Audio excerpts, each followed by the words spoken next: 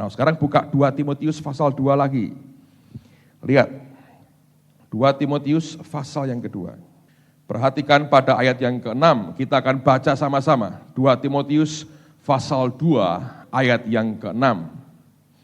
Kita baca sama-sama 2, 3. Seorang petani yang bekerja keras haruslah yang pertama menikmati. Jadi kalau Anda kerja keras sebagai petani itu kan nabur nuai. Anda yang pertama-tama menikmati akan hasilnya. Nah, sekarang saya mau berkata begini, saudara. Kenapa ini perlu ditekankan? Sebab kita harus mengerti akan prinsip yang menyangkut soal uang ini begini. Allah tidak akan pernah memberikan kepada kita benih yang kita minta sekaligus. Never. Tidak akan pernah. Sebab ini berlaku satu hukum dalam hal keuangan yang Anda harus perhatikan. Apa itu hukumnya? Lukas 16. Lihat pada ayat yang ke-10.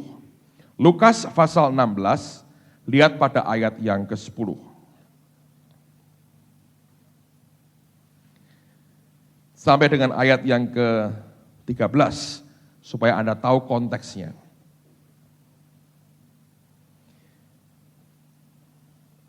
Kita baca sama-sama ya, Lukas 16 ayat 10, 11, 12, dan 13. Sudah ketemu semua?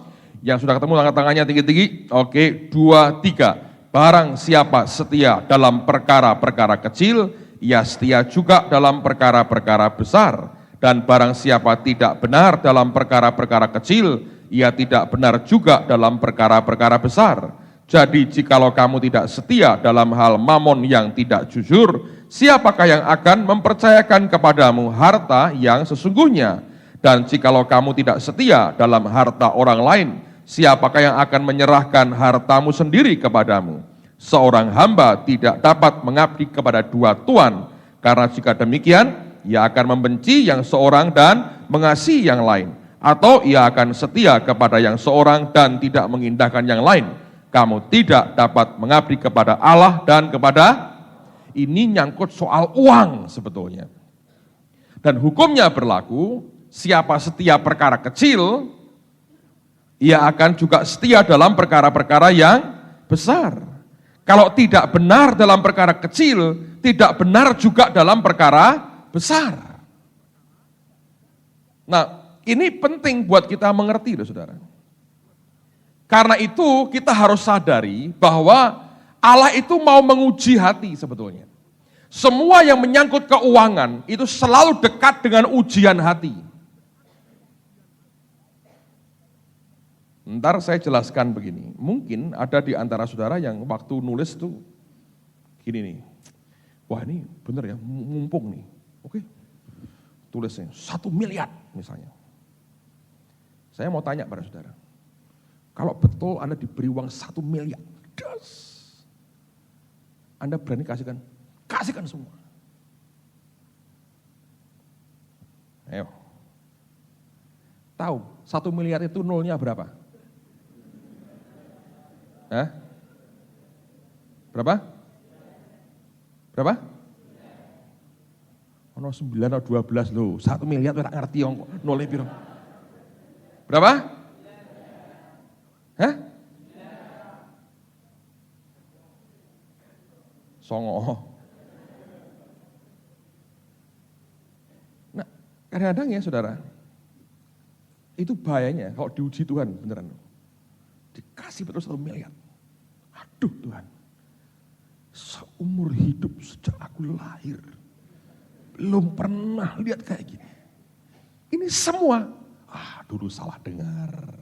Yang benarkan perpuluhannya. Belum tentu loh Anda beri.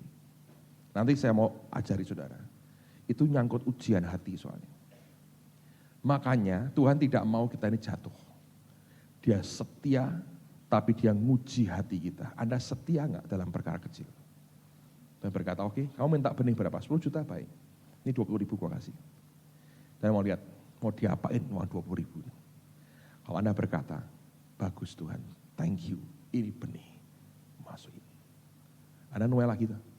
Dan berkata, oke, aku mau coba sekarang 200.000. Dan berkata, terima kasih Tuhan, benih Tuhan, benih. Dan berkata, oke, 2 juta, kasih 2 juta. Benih Tuhan. Kalau Anda tidak bisa memberi 20.000, Anda tidak bisa memberi 100.000. Kalau Anda tidak bisa menabur 1 juta, Anda tidak mungkin nabur 10 juta.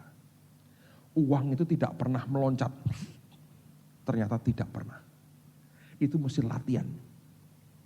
Step by step. Itu enggak ada lompatan mendadak, enggak ada. Karena Anda akan mati kaku kaget. Mati. Berapa banyak Anda dengar di koran-koran orang dapat lotre malah mati? Berhenti jantungnya, otaknya berpikir, mati dia, mati, game over. Karena itu dilatih oleh Tuhan. Anda dan saya belajar latihan. Karena saya dalam beberapa minggu ini, saya ngelihat orang-orang, aduh kesian, gagal latihannya. Dia pikir bisa loncat, saudara. Nggak bisa. Loncat sih bisa. Tapi menurut saya spektakuler lompatannya. Tidak mungkin. Loh Pak, kan tidak ada yang mustahil bagi Allah. Betul, bagi Allah. Dan saya yang percaya. Iya, tapi itu percaya apa, saudara? Menurut saya, tidak latihan dari kecil, nggak bisa. Kalau Anda lihat orang-orang memberi jumlah besar, itu karena latihan sebetulnya. Bukan hasil mendadak, enggak. Karena, uang itu membuat orang bisa keliangan. Kalau tiba-tiba, boom, begitu gede. Apakah itu mungkin Anda lakukan? Itu pertanyaannya. Alright? Nah, sekarang lihat 2 Korintus 9. Ayat 13.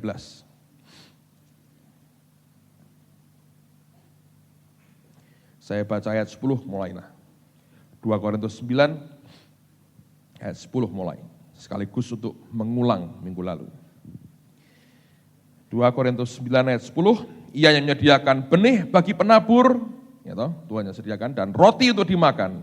Ia juga akan menyediakan benih bagi kamu dan melipat gandakannya dan menumbuhkan buah-buah kebenaranmu. Kamu akan diperkaya dalam segala macam kemurahan hati yang membangkitkan syukur kepada Allah oleh karena kami. Sebab pelayanan kasih yang berisi pemberian ini bukan hanya mencukupkan keperluan-keperluan orang-orang kudus, tapi juga melimpahkan ucapan syukur kepada Allah. Dan oleh sebab kamu telah tahan uji dalam pelayanan ini, garis bawah itu, mereka memuliakan Allah karena ketaatan kamu dalam pengakuan akan Injil Kristus dan karena kemurahan hatimu dalam membagikan segala sesuatu dengan mereka dan dengan semua orang. Jadi kalau Anda mau masuk ministry ini, Anda harus tahu, engkau harus orang yang tahan uji. Itu dimulai dari yang kecil. Oh ya, saya hari ini, kami keluarga bisa mungkin dengan gampang Tuhan berkata, sekian puluh juta kasih, saya bisa kasih. Tapi jangan berkata bahwa itu mendadak. No. Saya diajari Tuhan bertahun-tahun, saudara. Bertahun-tahun. Jadi saudara harus tahu, kalau tidak Anda akan kecewa. Loh kok mana Pak nggak dapat? Lihat, kenapa itu harus diuji? Kenapa harus dari yang kecil? Coba buka Matius 25. Matius pasal yang ke-25.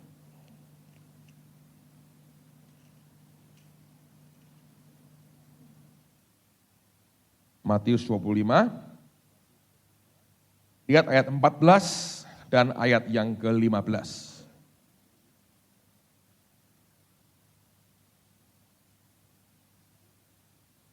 Matius 25, ayat 14 dan 15.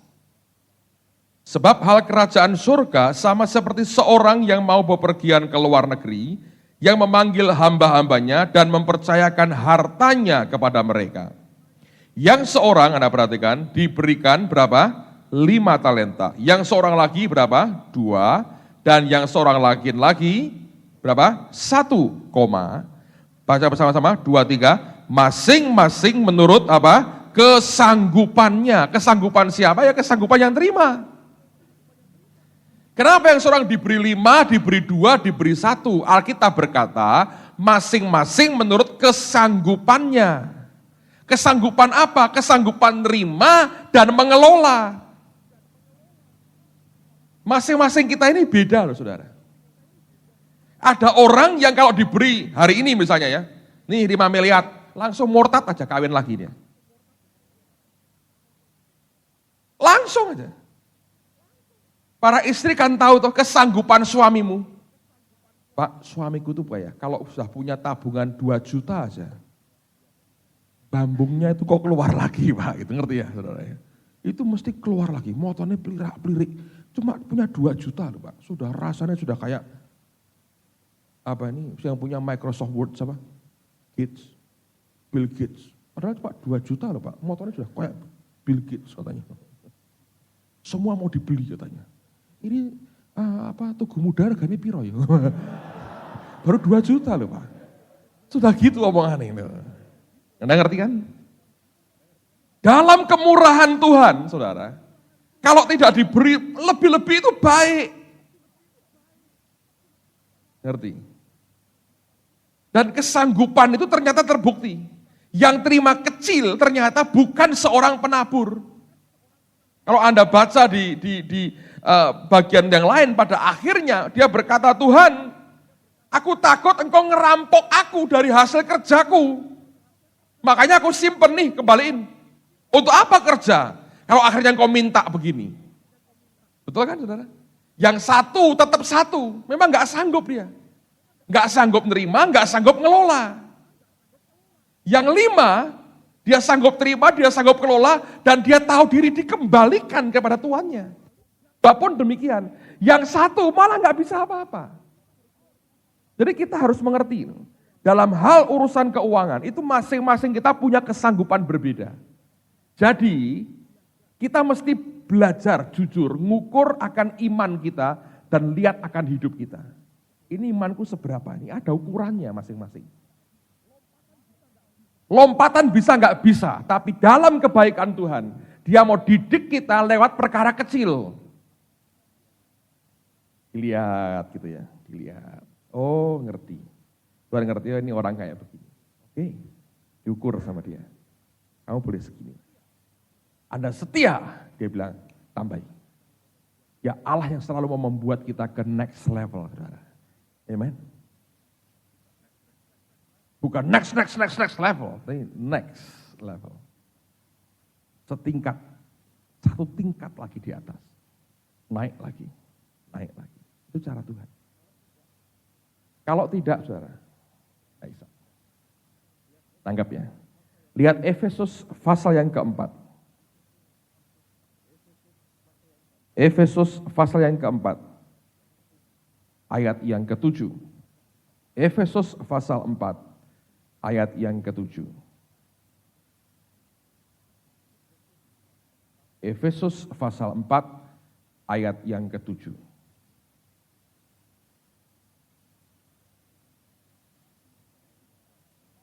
Baca sama-sama. 2, 3. Tetapi kepada kita masing-masing telah dianugerahkan kasih karunia menurut ukuran pemberian Kristus. Jadi kalau Kristus memberikan kepada kita itu ada ukurannya. Jadi ada ukurannya. Tidak semua disamakan. Karena semua punya kesanggupan yang berbeda-beda. Kalau Anda mau ditambahkan kesanggupanmu, belajar dari perkara kecil. Ntar ditambahi. Kalau dari yang kecil aja tidak bisa. Tidak mungkin Allah beri lebih besar.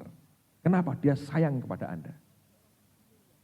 Seorang insinyur yang benar, saudara, dia akan, kalau misalnya saya berkata, saya panggil seorang pemborong, tolong saya mau ini dibuat 2 lantai, langsung ya cor.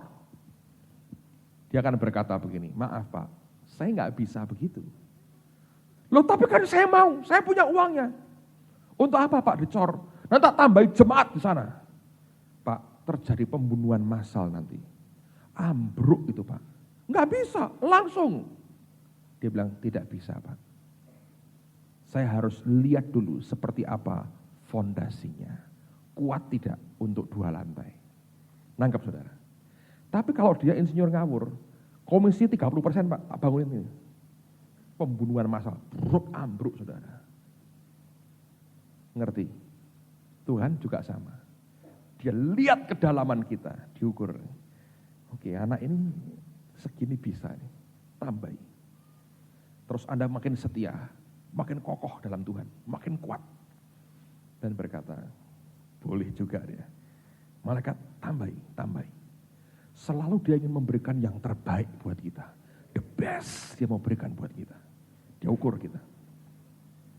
Tapi kalau ada yang berkata, kita kayak 5 kilo segini, beliut.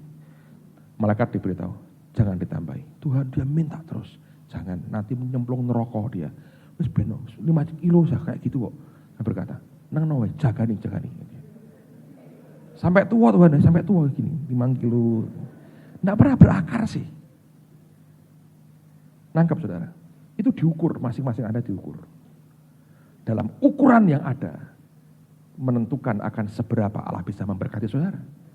Jadi ini latihan. Ini cara yang saya sampaikan 2 minggu lalu kalau Anda praktekin. Ini akan mengubah cara hidupmu.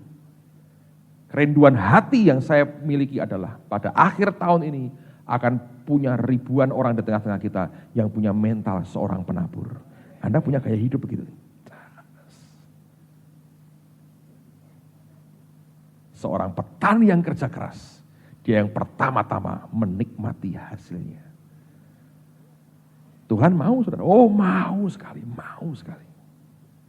Masalahnya sanggup tidak kita menerima yang begituan. Satu hari saya lagi tiduran di tempat tidur, Roh Kudus berkata gini, betapa mudahnya aku memberkati anak-anakku sebetulnya. Tapi betapa sulitnya cari orang yang bisa terima apa yang aku mau beri. Saya bilang, Tuhan kan banyak yang mau terima, yang kepengen terima banyak. Yang bisa terima gak terlalu banyak. Sebab kita menjalankan hidup salah. Bukan sebagai petani. Kita sebagai penjaga gudang soalnya. Terima. Gak bisa. Anda tidak dibutuhkan jadi penjaga gudang. Dibutuhkan seorang petani. Kalau ingin pertama-tama menikmati hasilnya. Nangkep saudara. Sekarang ayat terakhir Roma pasal 12. Roma pasal yang ke-12. Ayat pertama sampai dengan ayat yang ketiga. Roma 12, ayat yang pertama, kedua, dan ayat yang ketiga. Karena itu saudara-saudara, demi kemurahan Allah aku menasihatkan kamu, supaya kamu mempersembahkan tubuhmu sebagai persembahan yang hidup, yang kudus, dan yang berkenan kepada Allah. Itu adalah ibadahmu yang sejati. Janganlah kamu menjadi serupa dengan dunia ini, tetapi berubahlah oleh pembaharuan budimu. Renewing your mind, pikiranmu yang mengalami pembaharuan. Sehingga kamu dapat membedakan manakah kehendak Allah, apa yang baik, yang berkenan kepada Allah dan yang sempurna. Ayat 3, perhatikan. Berdasarkan kasih karunia yang dianugerahkan kepadaku, aku berkata kepada setiap orang di antara kamu, janganlah kamu memikirkan hal-hal yang lebih tinggi daripada yang patut kamu pikirkan. Tetapi hendaklah kamu berpikir begitu rupa, sehingga kamu menguasai diri menurut apa? Ukuran iman yang apa? Dikaruniakan Allah kepada kamu masing-masing. Jadi masing-masing kita ini punya ukuran imannya enggak saudara? Punya. Setiap orang ini ukuran imannya berbeda-beda. Nah, kalau Anda setiap perkara kecil, kembang enggak? Ngembang. Jadi kalau saudara, pernah enggak para murid berkata, Tuhan tambahkanlah iman kepada kami. Pernah minta enggak? Jadi iman bisa berkembang enggak? Bisa. Masing-masing kita punya ukuran iman yang berbeda. Dan dia lihat. Nah, jadi gimana Pak? Aku sudah terlanjur nulis gede itu Pak. Ya diralat dong hari ini. Tulis namamu yang baru jumlahnya sekian. Saya kadang nulis 100 miliar Pak misalnya. Saya enggak tahu. Lah kamu kerjanya apa? Ya belum kerja saya. 6 bulan mau nabur 100 miliar. Ya mungkin loh. Kalau rupiah jadi $1 30 juta, Itu dolarnya kan dari rupiahnya $1 30 juta mungkin, 100 miliar mungkin. Hitung pakai dolar aja. Tiba-tiba ada kiriman $200-300 kan sama. Tapi dengar baik-baik, saudara. Allah itu menguji hatimu. Diuji, dilihat gitu. Saya ke Israel 2 minggu ya, kita rombongan 50 orang. Saya ini suka observasi. Saya nggak pegang uang sama sekali, saya uang yang pegang istri saya. Saya nggak pernah beli itu. Nah, kalau saya kepingin, saya bilang, saya minta ini, dia yang bayar. Jadi saya nggak keluar dari dompet saya. Jadi kerjaan saya mengobservasi, saya keliling-keliling. Saya kan sudah 4 kali, saudara. Jadi terlalu ini sekali enggak lah, sudah 4 kali. Kadang-kadang ada beberapa tempat yang tidak kepingin kedua kalinya ngelihat, sekali seumur hidup cukup. Ada beberapa yang saya suka bolak-balik ke situ ya, saya suka sekali. Tapi tidak semuanya. Kalau Anda sudah 4 kali ke sana, itu sudah more than enough, lebih dari cukup. Kalau lagi mau Pak, mau. Ada beberapa tempat yang saya suka tinggal di situ. Artinya lihat dan stay beberapa hari.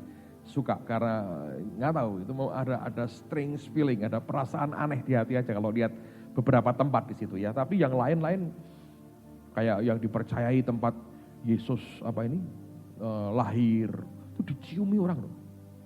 Kalahnya itu sama Nabi Samuel aja saudara. Diinjek-injek itu tempat itu buat pelayon. Lari sana, lari sini. Tempat kudus diobrak-abrik oleh dia. Itu kalau enggak Nabi hebat nggak mungkin. Itu enggak kelasnya Yesus yang bawa cemeti dibongkar bait Allah. Saya bilang, kamu kalau gede enggak jadi Nabi besar awas. Saya bilang. Itu kayak ngobrak-abrik orang semua nyiumi batu. Sama dia diinjek-injek buat lari-lari saudara, bayangin. Waduh, itu enggak Nabi besar lah. Nggak mungkin. Yerusalemnya digituin, saudara. Tapi saya observe, saya lihat semua, 50 orang tak liatin. Tanpa saya ngomong, saya liatin kamu loh, enggak, saya diem, saya liatin. Cara mereka belanja, kalkulator yang keluar, semua saya liatin. Ada yang bus.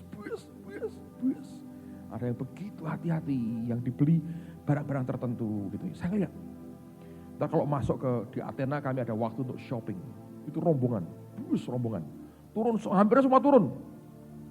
Turun, begitu turun masuk ke McDonald semua. Bukan beli saudara, ke WC. Semua. Nunggu setengah jam, antri orang Indonesia tok. Tidak beli apa-apa, terus keluar langsung. McDonaldnya pusing betul dia. Itu di Tesalonika. Udah ya, rombongan gerak sama-sama. Nggak sampai lama, ngilang. Shoot, mencar semua. Itu nanti ada yang cuman sekian menit, sudah balik ke hotel. Ada yang sampai larut malam.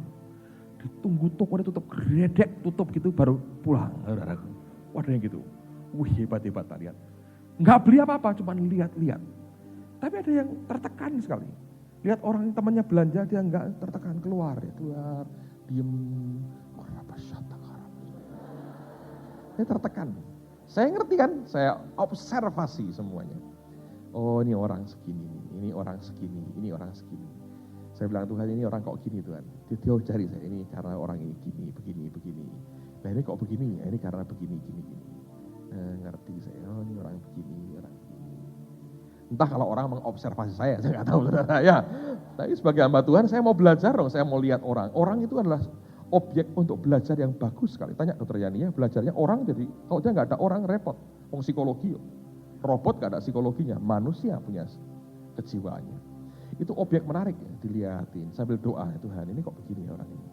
Oh ini masih belum merdeka. Ini orang ada yang kita pakai gelar guru saudara. Itu tas itu yang digledek itu ada ukuran jalan.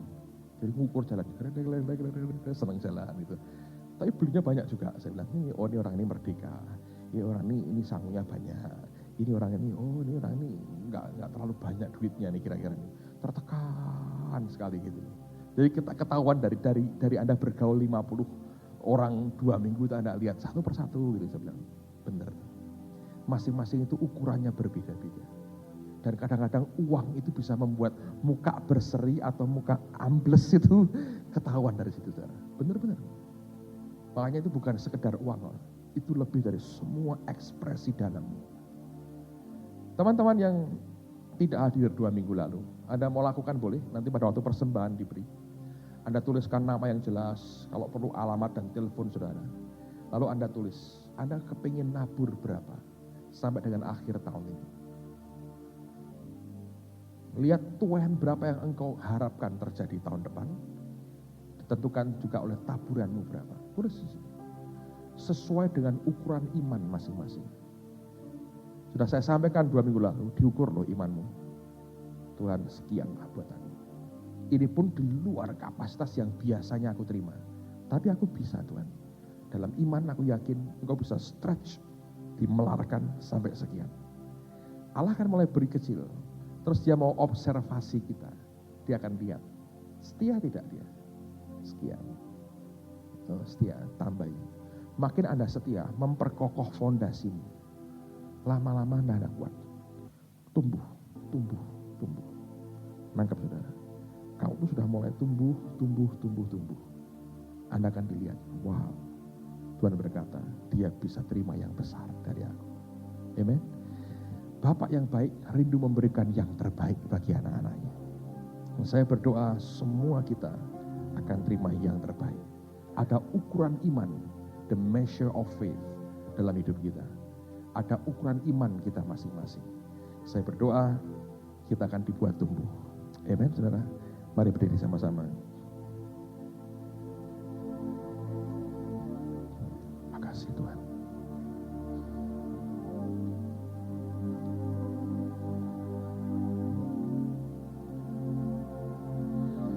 Nanti pada waktu persembahan, kalau Anda belum melakukan yang 2 minggu lalu saya ajarkan, yang seperti saya ulang hari ini, Anda bisa lakukan. Anda tulis namamu, tulis jumlahnya, berapa yang saudara. Tidak ada orang nagih. Saya hanya ingin mengajari Anda belajar tumbuh dalam iman. Saya ingin, oh ya jumlahnya kami tahu total berapa.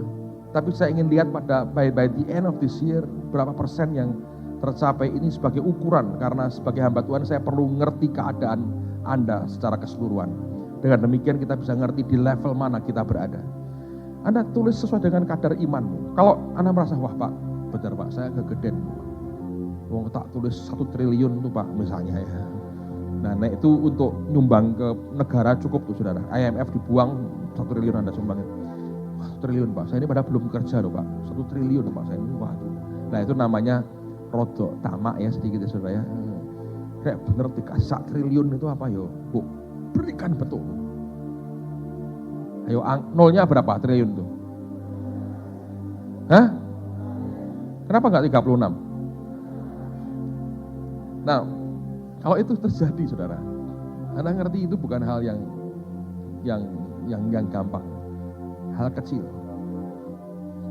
Kalau hal itu hitung-hitungan dengan Tuhan begitu rumit, bagaimana kita bisa terima dan mempersembahkan yang besar?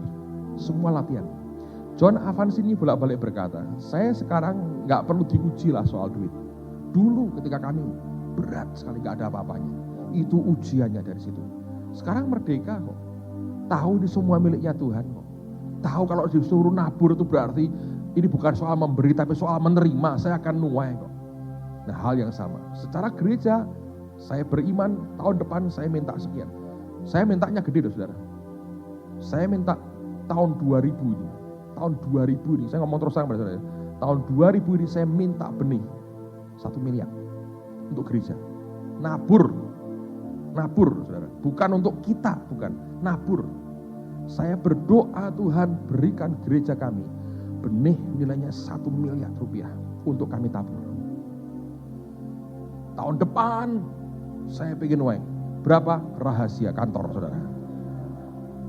Tapi saya minta benih 1 miliar. Saya percaya Allah pasti memberi. Yang kita tabur sudah cukup banyak.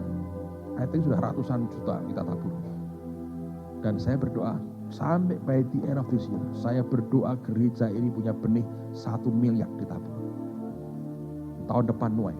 Dari mana nuainya? Oh dari segala macam saudara. Oleh karena itu saya ajarkan yang sama kepada saudara. Minta benih. Jangan minta berkati aku Tuhan, berkati aku. Nanti aku makan lagi. Jangan. Dan Anda harus ngerti ukuran iman kita masing-masing. Lalu minta dengan Tuhan, tambahkan Tuhan imanku. Biar lebih gede lagi. sehingga aku bisa mendapatkan benih untuk ditabur. Amen, saudara. Ada yang berkata, tak terus gede 1 miliar. Yang tiga itu sikat. Tuhan ngerti gak, saudara? Ngerti. Dan dia berkata, yang ini malaikat kasih tanda ya, ngapusi. Nah, bakal diberi, saudara. Allah ngerti hati, dia ukur fondasi hidup kita. Dia bilang, bisa atau tidak. Dan saya berdoa, hari ini Tuhan mengajar kita lebih jelas lagi. Amen. Kalau Anda tulis kegedean, maaf, yang lalu diganti yang ini. Kalau Anda tulis terlalu kecil, ngomong juga maafnya 2 kali. Untuk kikir, dosa kikir kok saudara. Tulis yang lebih baik lagi. Kalau sudah settle, itu jumlahnya. That's it, gak usah tulis apa-apa. Amen saudara. Dan saya percaya anugerah Allah akan besar. Saya mau ngajari Anda punya way of life, gaya hidup sebagai petani. Selama bumi masih ada, nabur nuai saudara. Pemerintah boleh ribut, Gus Dur boleh tidak ketemu dengan Amin Rais, boleh yang satunya begini, satunya begitu, itu bukan urusan kita. Rupiah mau berapa terhadap dolar, aku tidak peduli. Hukum kerajaan surga berkata selama bumi masih ada, menabur pasti menuai. Petani tidak perlu repot. Nah, tabur tuai kita tidak perlu pupuk urea yang bahannya impor lagi. Pupuknya adalah firman Tuhan. Anda ucapkan firman, Anda buat pengakuan, Anda buat confession, aku percaya aku terima benih sekian tahun ini. Kalau Anda itu ucapkan, itu pupuk yang luar biasa. Itu akan tumbuh karena Allah yang memberikan pertumbuhan, bukan pekerjaan kita. Dan Allah tidak tergantung kepada presiden, ketua MPR, ketua DPR, ketua partai, ketua RT, ketua apa aja. Tidak butuh itu, Allah punya semua kedaulatan dan kuasa di tangan dia. Selama bumi masih ada, hukum menabur menuai tetap berlaku dalam kehidupan kita. Minta Allah stretch, Allah perlebar iman kita, perkokoh iman kita. Lalu lakukan seperti yang Tuhan perintahkan. Saya yakin kita akan punya penuai-penuai hebat tahun depan. Yang akan melihat apa yang baik yang Tuhan kerjakan dalam kehidupan kita. Mari angkat tanganmu sama-sama. Bapa, terima kasih untuk anugerah-Mu pada pagi hari ini. Hamba telah sampaikan apa yang Kau taruh dalam hati hamba-Mu. Dalam nama Tuhan Yesus. Engkau mengajar kami Tuhan. Engkau mengajar kami. Engkau terus mengajar kami. Terima kasih Bapa. Diperkokoh iman kami. Diperkokoh iman kami Tuhan. Ukuran iman yang ada kami syukuri Tuhan. Ini pemberian daripada-Mu. Dan kami percaya sesuatu yang baik Engkau berikan kepada kami. Terima kasih Tuhan, terima kasih. Terima kasih Roh Kudus. Terima kasih Tuhan, terima kasih. Mengucap syukur saudara, mengucap syukur kepada Tuhan. Terima kasih Bapak, terima kasih. Saudara yang 2 minggu lalu Anda belum tulis benih imanmu, dan Anda mau lakukan itu, Engkau berdoa berapa Tuhan yang aku akan taburkan. Minta kepada Roh Kudus diberikan angka yang jelas. Kemudian Anda tulis nanti di amplop saudara dengan nama alamat yang jelas. Dan biarkan itu jadi kenyataan, kita akan datang ke Tuhan membawa semua di hadapan Dia. Terima kasih Tuhan, terima kasih, terima kasih, terima kasih. Terima kasih Tuhan, terima kasih. Kami bersyukur Engkau baik, Engkau baik, Engkau baik, Engkau baik Tuhan, Engkau baik.